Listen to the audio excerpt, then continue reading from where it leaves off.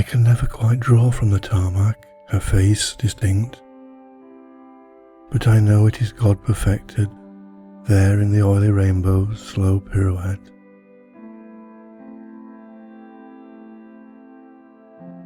Through clear water, a dark bland body belies its carry of sanctity, until sunlight finds truth in the shimmying scales.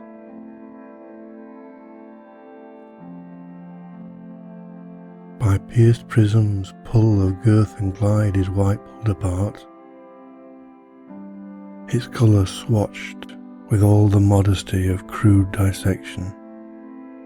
The acute inquiry of science tells of light with numbers, art with stroke or note.